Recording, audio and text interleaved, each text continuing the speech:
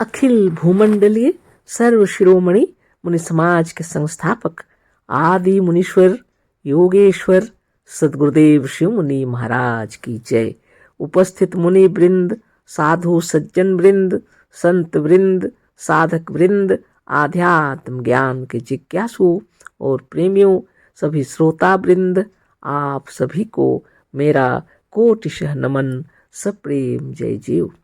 तो आध्यात्मिक चर्चा चल रही है और हम लोग सदगुरुदेव शिव मुनि महाराज रचित जो ज्ञान शक्ति के अंतर्गत आया है उस पर चर्चा कर रहे हैं। प्रसंगवश इसमें प्रश्नोत्तर चल रहा है ना। अभी एक साधक प्रश्न पूछ रहे हैं साधन के विषय में, इस पर चर्चा होगी। उसी शिव वचनामृत के अंतर्गत आत्मबल के अंतर्गत ही है, लेकिन यहाँ एक दूसरे व्यक्ति प्रश्न पूछ रहे हैं और वो है साधक हैं, योगी हैं। साधक हैं, योगी नहीं है, लेकिन साधन कर रहे हैं, साधन शिक्षा लिए हैं सदगुरुदेव से।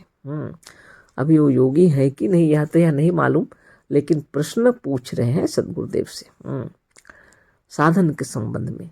एक साधक चक्रभेदन वाला साधन जितना ही किया जाए उतना ही अच्छा होगा। गुरुदेव से बोल रहे हैं कि जो चक्रभेदन साधन आपने जो बतलाए हैं, इस साधन को जितना ही किया जाए उतना ही अच्छा होगा। उत्तर देते हैं गुरुदेव, यह बात नहीं है। अधिकता किसी चीज की अच्छी नहीं होती है ना। तो सदगुरुदेव बोल रहे यह बात नहीं है। अधिकता किसी चीज की अच्छी नहीं होती। भोजन बिना काम नहीं चल सकता। भोजन करना एक अच्छी बात है। जितना ही अधिक भोजन किया जाए उतना ही अच्छा नहीं है ना। उदाहरण दे करके बतलाए गुरुदेव की जितना साधन किया जाए उतना ही अच्छा होगा, यह बात ठीक नहीं है बोल रहे हैं। भोजन बिना काम नहीं चल सकता। भोजन करना एक अच्छी बात है, पर जितना ही अधिक भोजन किया जाए उतना ही अच्छा नहीं है। सब चीज का एक नियम होता है ना। अति सर्वत्र वर्जित, ज्यादा चीज अच्छा नहीं है। ज्यादा भोजन करेंगे तो हानि होगी। उसी तरह गुरुदेव का कहना है दिन रात चक्र भेदन, ये भी ठीक बात नहीं है। चक्र भेदन समय समय पर आप कर सकते हैं, सुबह शाम, वो अलग बात है ना। लेकिन दिन रात लगे रहें ये तो ठीक नहीं होगा। उसी को समझा रहे हैं गुरुदेव इसी विषय में, उसी पर चर्चा चल रही है। इतना साधन नहीं करना चाहिए जिससे साधक थक जाए। जिस तरह का भोजन का उदाहरण दिए हैं कि भोजन तो बिना काम कैसे चलेगा। भोजन करना एक अच्छी बात है, पर जितना ही अधिक भोजन किया जाए उतना ही अच्छा नहीं है। इतना साधन नहीं करना चाहिए जिससे साधक थक जाए, है ना। साधन करें और थकावट मालूम हो जाए, इतना ज़्यादा आप साधन करें ये तो ठीक नहीं होगा। थक जाने पर शरीर के कार्यकर्ता अणु थोड़ी देर तक अपना काम उत्साह से नहीं करते, है ना। बतला रहे हैं गुरुदेव कि जब थक जाते हैं तो कार्य करने वाले जो अणु हैं हमारे शरीर के भीतर, ये जब थक जाते हैं तो उनका उत्साह भी मंद हो जाता है। अपना काम उत्साह से नहीं करते, है ना। इससे दमा वगैरह पुराने दबे हुए रोगों का अंश यदि शरीर के किसी कोने में रह जाता है तो फिर उभर जाता है। तो गुरुदेव कह रहे हैं साधन करते करते ठीक हो रहे हैं, लेकिन अचानक आप इतना ज़्यादा साधन करने लग गए तो आपके भीतर जो जीवनी शक्ति कार्य करने वाले जो अणु हैं वो मंद पड़ जाते हैं। थकावट के कारण में उत्साहहीन हो जाते हैं, है ना। जिसकी वजह से क्या होता है, बीमारी अगर कहीं तभी थोड़ी बहुत बच गई है तो वह फिर से उभरने लगती है। जैसे दमा का रोगी हो और योग साधन निरंतर ठीक समय पर करें तो वह निरोग हो जाएंगे। लेकिन इस जिनके जो प्रश्न है वो दिन भर यदि वही करते रहें तब तो ठीक नहीं होगा। गुरुदेव बतला रहे हैं थक जाने से शरीर के जो जीवनी शक्ति यानी कार्यकर्ता अणु जो हैं वह भी रेस्ट लेना चाहेंगे ना। ऐसी बात हो जाती है। देखिए तब क्या होगा, जब पहरेदार ही आराम करने लग जाए तो क्या करेंगे, चोर तो घुस जाएगा ना, है ना, नहीं। इतना सुंदर समझाते हैं गुरुदेव, बाप रे बाप। इसीलिए नियमित साधन कीजिए। आप सुबह शाम कर सकते हैं, वह अलग बात है, लेकिन ऐसा नहीं कि दिन भर आप चक्र भेदन ही करें, ये तो ठीक नहीं होगा ना, उसी को बतला रहे हैं। अधिक साधन करते रहने से कुछ दिनों के बाद मन में साधन से अरुचि हो जाती है।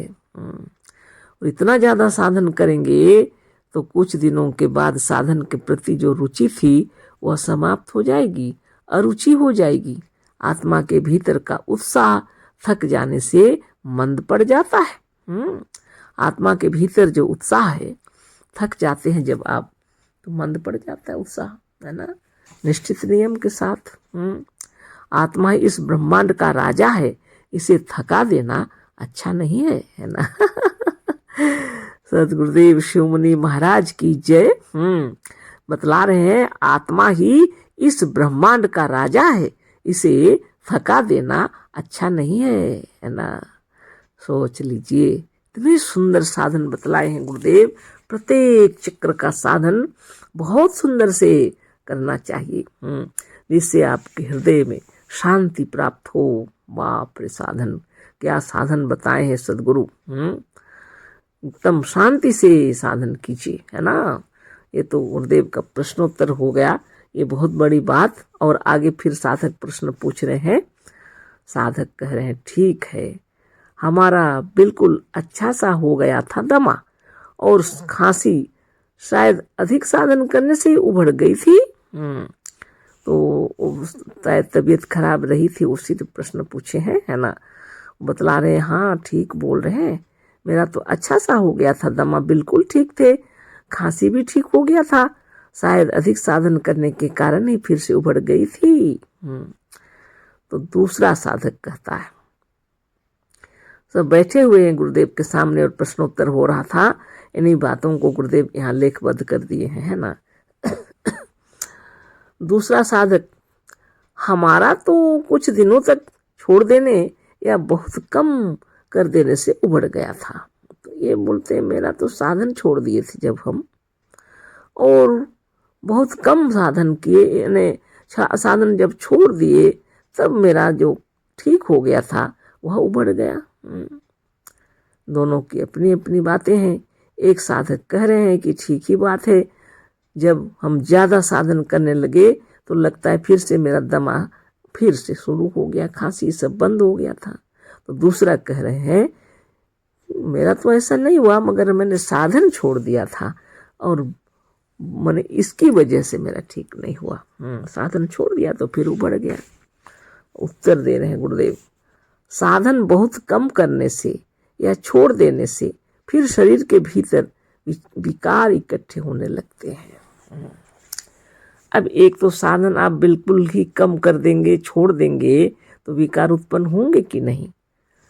हम लोग घर द्वार साफ करते हैं, झाड़ू पोछा लगते रहता है, तो घर स्वस्थ करें हम, घर साफ सुथरा हो जाता है ना। शरीर भी नियमित योगाभ्यास से स्वस्थ और निरोग रहता है और किसी प्रकार के विकार इकट्ठे नहीं होते।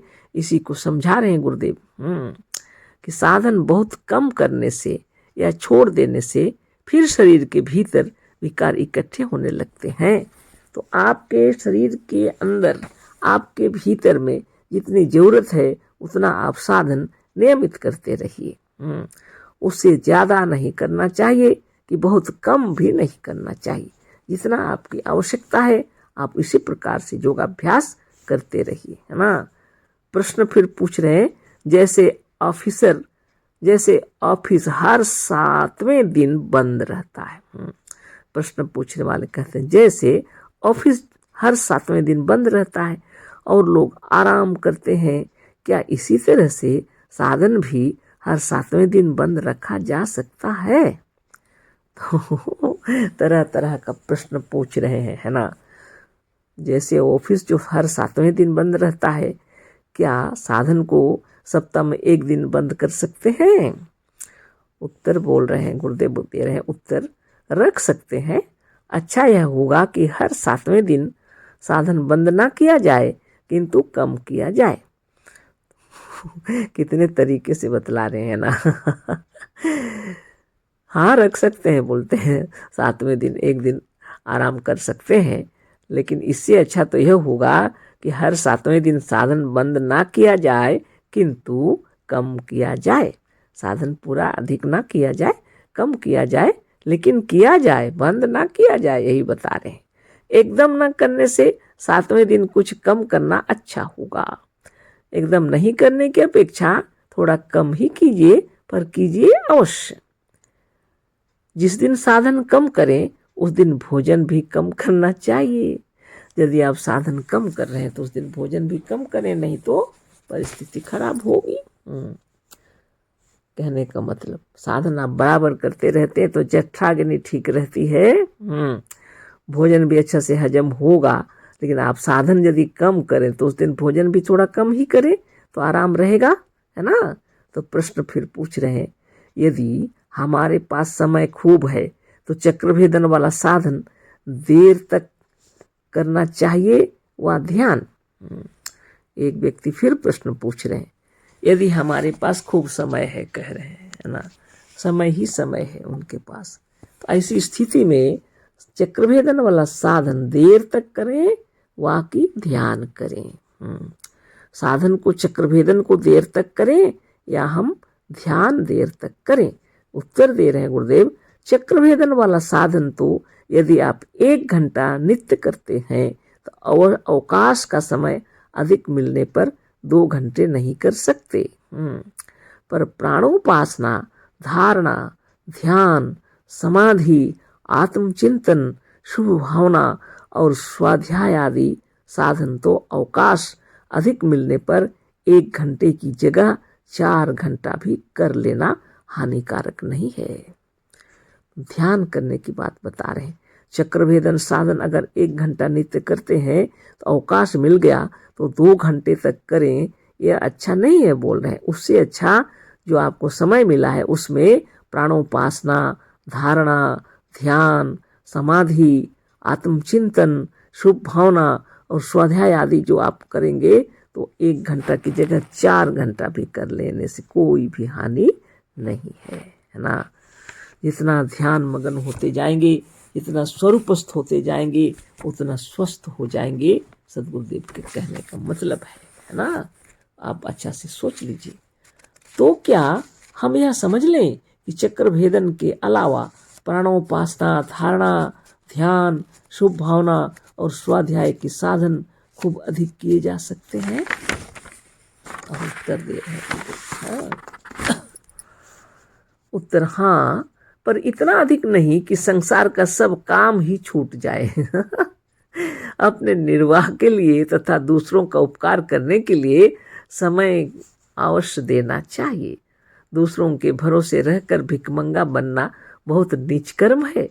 साधुओं ने काम न करके भीख मांगने की जो भावना फैलाई है उससे लोगों का बहुत अनिष्ट हुआ है।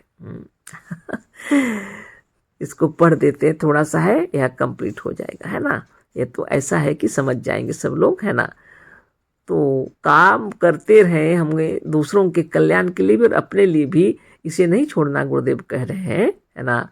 ऐसा नहीं कि दिन भर ध्यान, तपस्या, धारणा, ध्यान, समाधि में लगे रहें और काम धंधा सब छोड़ दें। और ऐसा नहीं करना जैसे दूसरे लोग जैसे भीखमंगा बन करके साधु लोग को ऐसा भीख खाना चाहिए, ये गलत बात है ना। ऐसा गुरुदेव बतला रहे हैं। जो लोग व्याख्या नहीं दे सकते वह लोग इस आत्मज्ञान व सत्य ज्ञान का प्रचार कैसे करें? एक फिर प्रश्न पूछ रहे हैं। जो लोग व्याख्या नहीं दे सकते हैं, इस आत्मज्ञान का प्रचार, सद्ज्ञान का प्रचार कैसे करेंगे? उत्तर दे रहे हैं गुरुदेव, ऐसे लोगों को चाहिए कि बाहर ग्राम में जाकर या अवकाश के समय अपनी दुकान और मकान पर बैठे बैठे ही हमारी पुस्तक को पढ़कर दूसरों को सुनाया करें। कथा के रूप में भी पंडित लोग हमारी पुस्तकों का ज्ञान लोगों को सुना सकते हैं और उससे जो मिले उससे अपना काम चला सकते हैं। कथा या व्याख्यान के बदले में जो मिलता है वह परिग्रह दान व भीख नहीं है। यह दक्षिणा तो मस्तिष्क का पारिश्रमिक है। अच्छा ज्ञान देने पर जो दक्षिणा मिलती है या जो अन्न धन मिलता है वह त्याज्य नहीं है। प्रश्न, क्लेश नहीं, ये तो खत्म हो गया। इतना ही दिया हुआ है ना। तो गुरुदेव के कहने का मतलब है ध्यान धारणा ध्यान तपस्या कीजिए, लेकिन उससे भी कोई कार्य रुकना नहीं चाहिए। अपने कर्तव्य जो है अपना निभाते रहिए, है ना। तो फिर अगला फिर आगे फिर चर्चा हुई तो बहुत ज़्यादा समय हो गया, है ना। अशेष धन्यवाद, कोटिशः नमन, सप्रेम जय जीव। सदगुरुदेव शिव मुनि महाराज की जय।